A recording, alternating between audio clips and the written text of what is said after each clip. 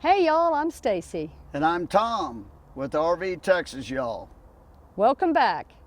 Today we're at a beautiful park right on the edge of the Sam Houston National Forest in the tall trees of East Texas, Huntsville State Park. This is a CCC park that was opened back in the early 1940s, and we're excited to show it to you. So stick around and we'll show you around Huntsville State Park.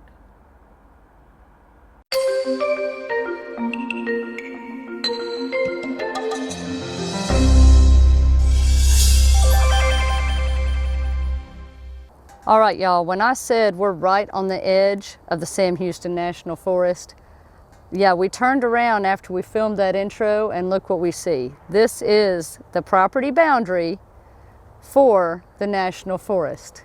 Everything that way is National Forest. You turn, there's another National Forest sign, and then, well, bam, you're in Huntsville State Park. So literally, this state park is absolutely on the edge of the Sam Houston National Forest. State Park, National Park, National Forest. State Park, National Forest. So today, Huntsville State Park is a beautiful 2,083-acre wooded park right on the edge of the Sam Houston National Forest like you saw. But it didn't always look like this. Back in the 1800s, this was a very wooded area, but the north part of the United States went into a lumber shortage, and when the railroads arrived here in 1871, it made perfect economic sense to log as much of this area as you could, send the lumber up to the north, and make a bunch of money. So between the 1880s and the early 1900s, this area was heavily logged. And they say that it ended before World War I, and so by the 1930s, this area, the trees were starting to come back. But that was the time of the New Deal program, and the Civilian Conservation Corps was looking for projects to build parks. And the people here in Walker County decided they would like to have a park, so they approved $20,000 in bonds to buy this property, and they donated it to the State Parks Board.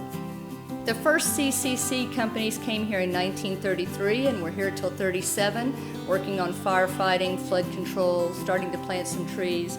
But company 1823 got here in 1937, and this was a CCC company made up completely of African American veterans of World War I who had also helped to build Palmetto, Kerrville, and Abilene state parks.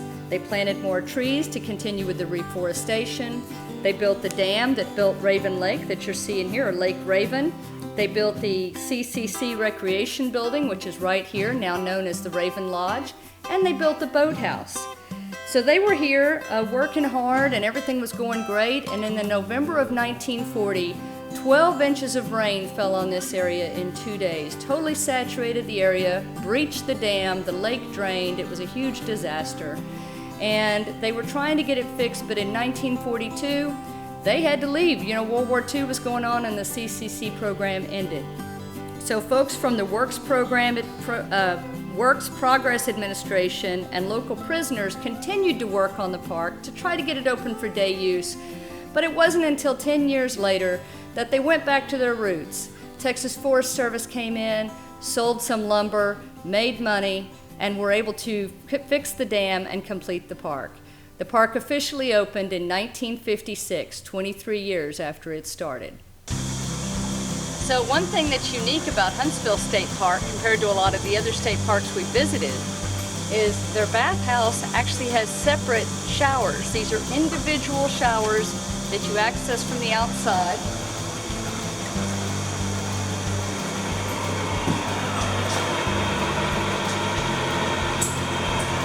So they're available to everybody, and you don't have to worry about open space and all of that. You complete privacy. That's pretty cool.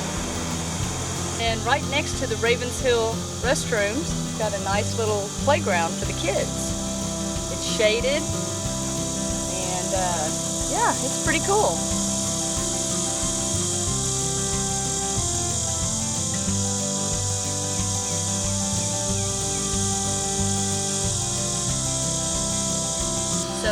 we're in the Colonnade camping area of Huntsville State Park. And Huntsville is known for General Sam Houston. He lived here for a while, and actually out on the highway on 45 you'll see a giant statue of him as you're driving.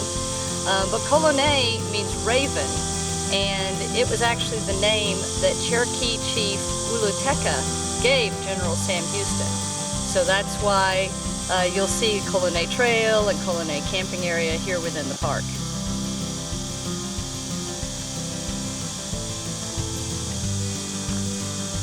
Really nice restrooms all through this park so far.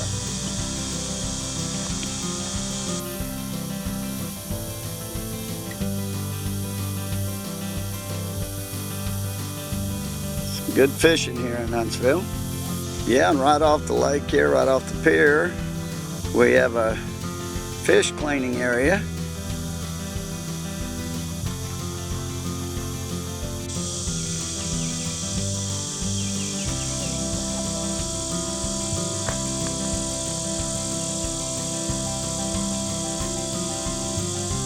Very nice, site number 99.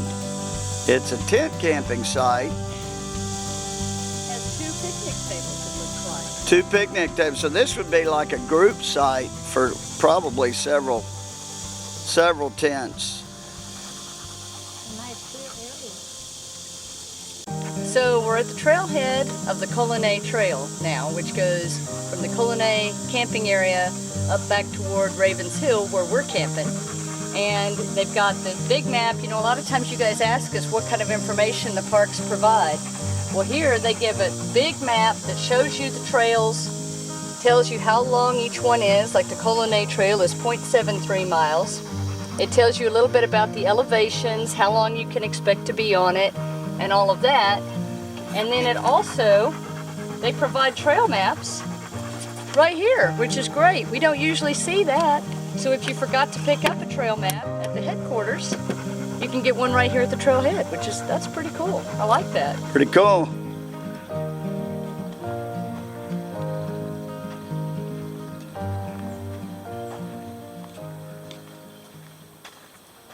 So we're over here at the park store at Huntsville State Park, and it's right by the lake.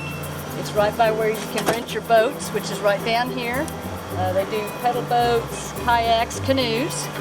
And then right here, if you need air for your tires of your bike, or if you've got an inflatable of some kind that you want to put in the water, 75 cents, bring your quarters, and you can air everything up right here by the park store. Very convenient. And then we're going to go in and take a look at the park store.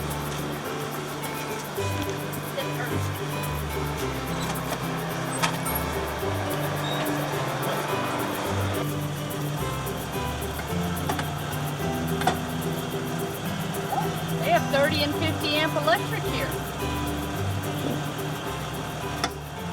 Interesting. Hey y'all, I wanted to introduce you to a couple new friends of ours. This is Judy and Bruce, and they are park hosts here at Huntsville State Park. And you guys have been park hosting now for how long? We're going on our 3rd year. 3rd year, okay. And so always here at Huntsville? Yes. And what made you interested in getting into the park hosting program? Well, we came out here one weekend to do some camping, and I ran into a park host that was here. And I started talking to him, and the more I talked to him, the more interested I got in the program. And he told me how a person gets involved in it, which is just simply going online to Texas Parks and Wildlife and fill out the short little application. They do a little background check on a person. You fill out what zone you want to be in and when you would be available, and as soon as they have a spot, they get a hold of you. They put us on a 2-month trial period. Okay. Where it was for 2 reasons. They wanted to see if we liked what they wanted us to do, and they wanted to see if they liked what we did for them. Okay. So it was a 2-way street, which was greatly appreciated. That's fair. Yes, it's very fair. And they told us if everything worked out that they would probably ask us to stay longer. Okay. We weren't here for, I don't even think we were here 6 weeks. And one day we asked them how we were doing because we were curious. And they said, oh, we've already got you on the books for 6 months. So this is our second home. We fell in love with it. We meet the best people out here, and it's great. We don't mind doing a few chores during the day, because that's what it takes. We clean out fire rings. We pick up little pieces of paper that people inadvertently drop. I'll go out on the trails. We'll trim back branches so bikers and hikers can get through there without getting their arms scratched or legs scratched. And we're telling people that need questions answered, things they need to know. Okay. We're telling them about the nature, the plants, you know, poison ivy. That's an important thing. Yeah. The fishing regulations, just everything, anything and everything. That's great. That is great. So you might notice now we're missing Bruce. He's over with the firewood. Someone came up that wanted to buy some firewood, so he's over helping him. So we thought we would talk to Judy for a little while. And Judy, tell us a little bit about, you know, I know there's a lot of folks that follow us that are interested in maybe becoming park hosts. Right. Do you guys get, is it completely volunteer? Do y'all get any compensation? How does Texas Parks and Wildlife handle that? It is volunteer, and the compensation is you get a free camp spot with all the hookups, and we need volunteers desperately. And you know, and if you like the outdoors, it's a great thing to do when, you know, if you have time, if you're retired, you know, sometimes they'll even take volunteers for weekend duty. Because I know Huntsville gets very busy on the weekends. Yes, oh yes we do. And probably all year round. Pretty much all year round. Mm-hmm. You know, because what you might say, we're also Houston Playground. That's true. In case we hadn't already told you, Huntsville is just north of Houston. I mean, it's a very easy drive from anywhere in the Houston metropolitan area to come up here and enjoy this forest. Mm-hmm. And so you guys have been doing it for a while. What's your favorite thing about park hosting? Meeting the people, and we meet people from all over the world. That is great. And you know, that's true. We've met a lot of folks when we've been traveling from other countries. That's right. That they come here to enjoy the natural beauty that Texas has to offer. That's right. That's right. And we meet some mighty fine people. So that's awesome. So if somebody wanted to maybe think about doing this, do you have any tips for them as somebody who's now done it for 3 years? Well, if you are interested in doing it, of course you go to texasparksandwildlife.com. You go to volunteer, and there's a little questionnaire on their application that you fill out. It goes to Austin. They do the background check, as Bruce had mentioned. Mm-hmm. And you know, it's very, you know, if you have good background, it's very easy to get in. That's great. And then can you pick what parks you want to be at, or when you get yourself into a park and you've been there for just a little while, maybe 6 months or so, then you can start lining your parks out to where you would like to go. You know, you can host at one park for say 6 weeks to 2 months or whatever, and move on to the next one. That's great. That's great. Now I know that there may be some people who are interested in maybe doing something to help the parks, help the park hosts, but maybe they don't have the time to actually be a host themselves right now. What are some things that you think the general public can do that would help the parks? Well, to help the park, and if you're not able to do any volunteering, if you come camping, we do take donations to help out with our tools that we need to keep the park clean, and you know, that type of thing. Mm-hmm. Okay. And then of course you always encourage folks to buy their firewood here within the park. Within the park, because our firewood donations go to buy the tools and also our mules that we use, and you know, just what we need to have for the park, and the money that comes for the firewood and stuff stays within this park. So what a lot of people don't know about the way that Texas Parks and Wildlife operates is a lot of the parks you'll see stores and things like that. That's more run by the state.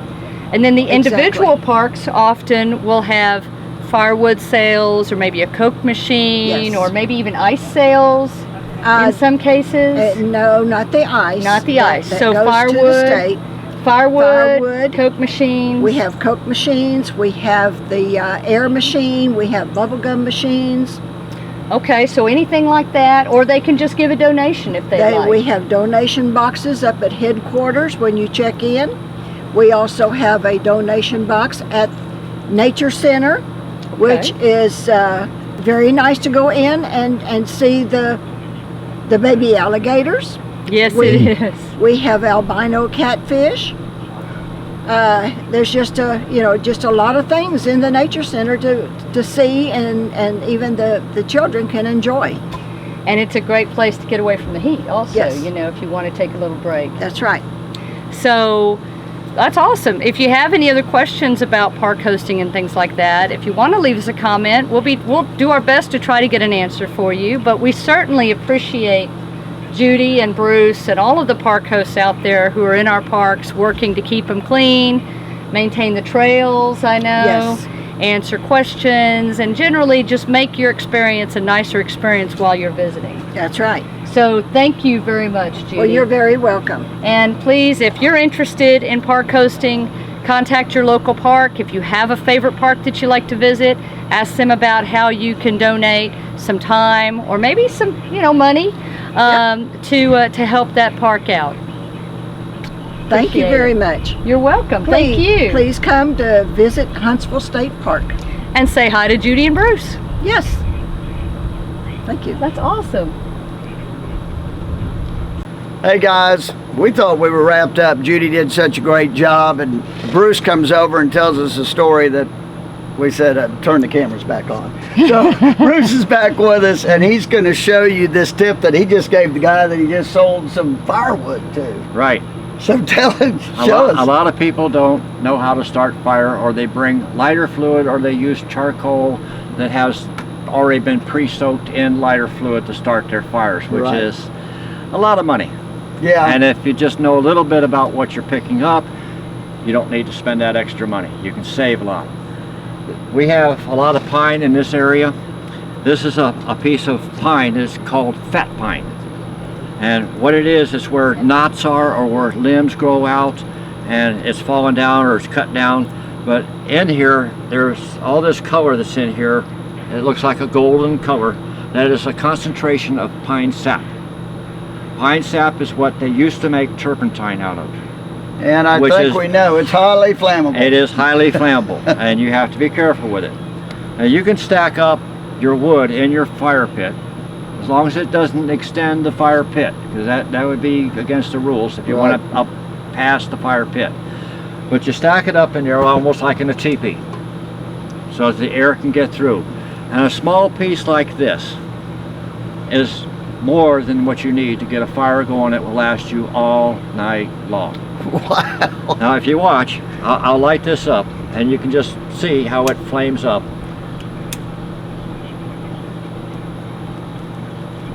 That's all I needed to do. Now you put that down in your stack of wood, and it's going to ignite all the rest of that wood, and you've got a fire going. Wow. Now if you see the black smoke that's coming off this, I don't know if you can see it. Yep. But this is the one reason you don't want to cook with pine wood. You want to cook with a hardwood, but this will get your hardwood going. So that's what you do. You mix when you have a combination of both pine and hardwood. You get a little bit of pine and you get the hardwood. You start it with the pine. You let the pine burn off before you start cooking, so that you don't have that black stuff that will ruin the taste of your food. That's another good tip. 2 in 1. 2 in 1. Bonus time. Bonus time. Well, that is awesome. Well, thanks. I mean, everybody who goes camping, we go camping because we want campfires. I mean, just come and find your host, ask them questions. If you don't know it, don't be afraid. Ask.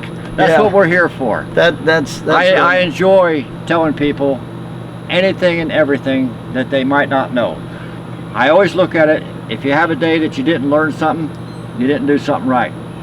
Learn something every day. I don't care how old you are, how young you are. You need to learn every day. That's awesome.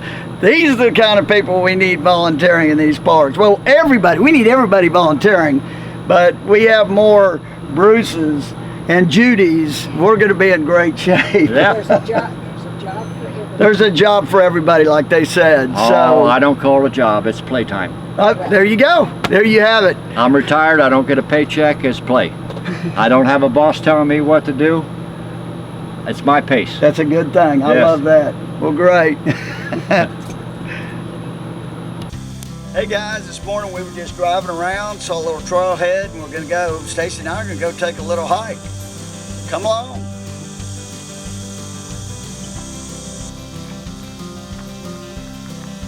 So where's this one go? Ooh, it's a long one. All over. I mean, if you look here, it goes around the entire park. Oh no, that's cool. I don't think we're gonna quite do that today. I don't know if I've got that. We don't have that much water. Yeah, we're not that prepared. So, but it looks like, yeah, it loops around the entire park. That's cool. Wow. I don't know, does it say how far it is? If you do the whole thing?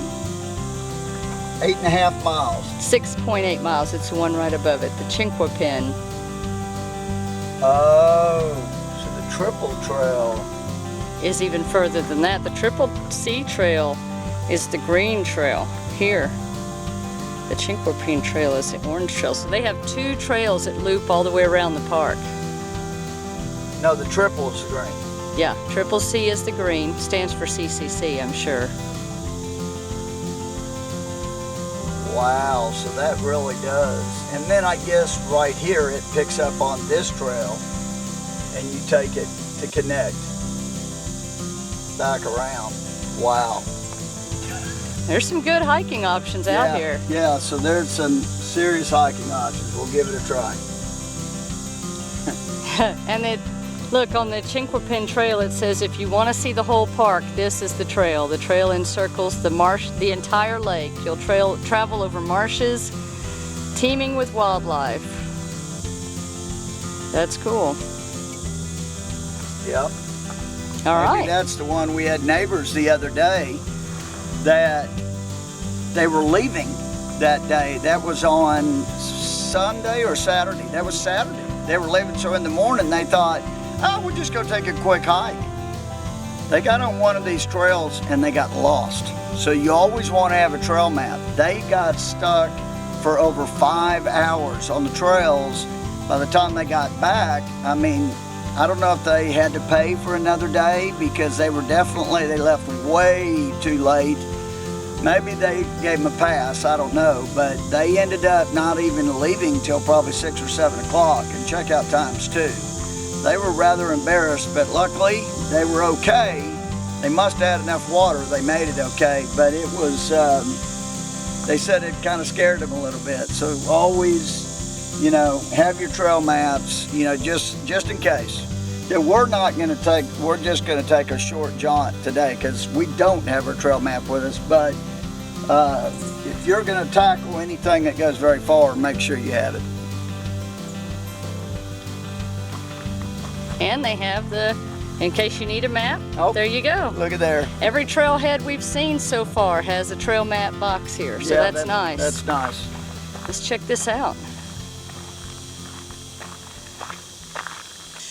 So, you know, one of the reasons why we like to try to stay an extra day or so beyond the weekend, if we can, is because after the weekend crowds are gone, it's almost like you have these whole parks to yourself. There's other folks here, but like at Huntsville here, there's so many hiking options that there is nobody on this trail with us. We haven't seen anyone else while we've been hiking, which is and kind of neat. to me, what's so important too, when there's not a lot of people here, the wildlife come out. So there's times that we've gone to state parks that we don't see hardly anyone.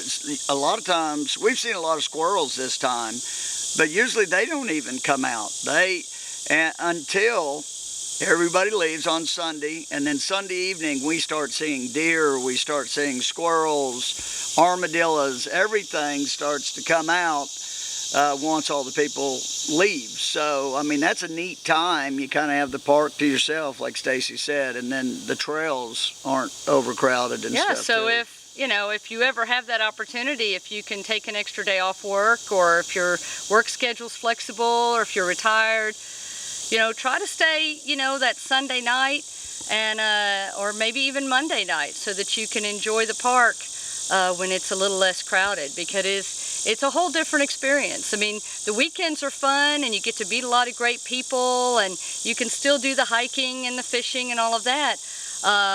But it's a completely different experience during the week when there's not as many people around. Yeah, and the other thing too is, if you live in a big city like in Texas, if you live in San Antonio, Houston, Dallas, Austin, if you're going back on Sunday, everybody's going back on Sunday. So the traffic going back is bad. That's true. If you go back during the week and not during rush hour, don't try to go in at 9 o'clock in the morning or 5 o'clock in the afternoon. If you can hit different times, then you won't have the traffic going back. That's true. And like here at Huntsville State Park, checkout time is 2 p.m. So even if you want to just stay the Sunday night, maybe get kind of ready, so that you don't have as much to do before you pull out on Monday, and you can spend the morning out enjoying the park, and then, be ready to pull out, you have until 2 o'clock. So that's kind of nice. It's not like you have to check out by 10 or 11 in the morning. Yeah, that is nice. We've stayed at a lot of RV parks where you got to be out by 11 o'clock. Right. So, and for us, that's early.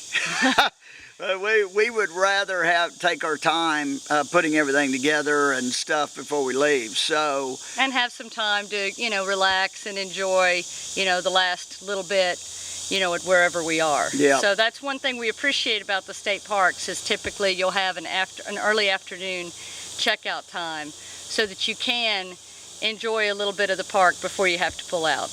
Yep. Okay, so should we continue? Let's go.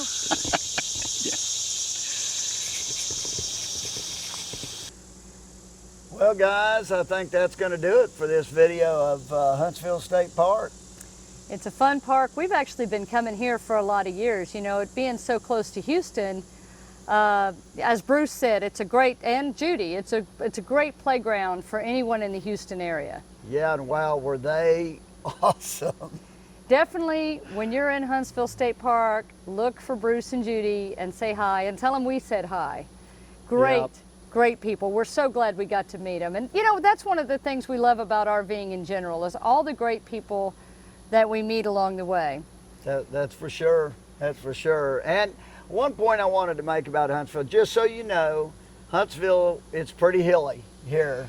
It is pretty hilly, and it is an older campground. So, you can fit just about anything in here, but the spaces for bigger rigs are limited. So you want to try to get here earlier in the week if you can, if you've got a bigger rig. And so you'll have a wider selection of options. And you need to make sure that you've got your leveling blocks or whatever that you personally need to use to do a fair amount of leveling, because a lot of sites are going to require left to right, back to front leveling here. I'll tell you, some of these sites are going to be a challenge. There are some that are a challenge, but once you get it leveled, you're going to have a wonderful time. The challenge is definitely worth it. And this is a good place to come in the summer, because it is a forested park. So there's shade everywhere. A lot of the sites are shaded, and even the sites that don't have shade, their living area outside, their picnic tables and stuff are typically shaded. Yeah. So definitely a place to come if you want to just get away, relax amongst the trees. They do have the swimming and the kayaking and the fishing and things like that as well. Really good hiking, lots of good hiking trails. Some very easy to traverse. Oh yeah, and then of course you can rent the kayaks, you can rent the paddle boats, you can bring your own kayaks if you want, you can bring a fishing boat, But you got to use your trolling motor. It is a no-wake lake, so that makes it great for novice kayakers like us, Yeah, that's for sure. you know, to get out and then tootle around a bit on the water. You know, if you liked this video and you'd like to see more videos about other Texas state parks, I invite you to take a look at our playlist on Texas state parks. We have one on campgrounds, and we have one specifically about CCC parks here in Texas, because we love finding those parks that were built by the Civilian Conservation Corps. You get a little bit of nature and a little bit of history all rolled into one. So check those out if you're interested for other parks also.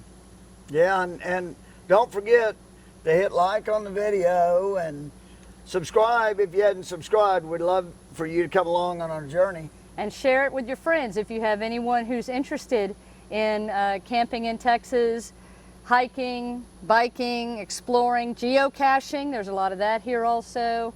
We'd love to have you share it with them so that they maybe have some ideas of where they can go and just have a good time and relax. Yep, and you can also follow us on other forms of social media: Twitter, Facebook, Instagram, Pinterest, Our Village. Yeah, So Our for Village those as of you well. RVers that are on Our Village, look us up on Our Village. We're also there. And join our Facebook group. We have a growing community of now over 1,700 RVers and campers and people who are People interested in the helping people, lifestyle. not just us. It's just everybody helping everybody, and it's wonderful. People sharing pictures of where they're camping and answering questions and sharing tips, and it's really turned into a great, very vibrant community of people, positive, and just people who are happy to share their experiences, and we're so happy to count those folks amongst our community. So Yeah, if you're absolutely. interested in that, go to Facebook and search RV Texas Y'all Community, and we'd love to have you join us. Until next time, y'all, I guess we'll see you next time. Hopefully, hit that subscribe button so you'll get the notification. Absolutely. But until next time, safe travels. And happy camping. Bye. Bye.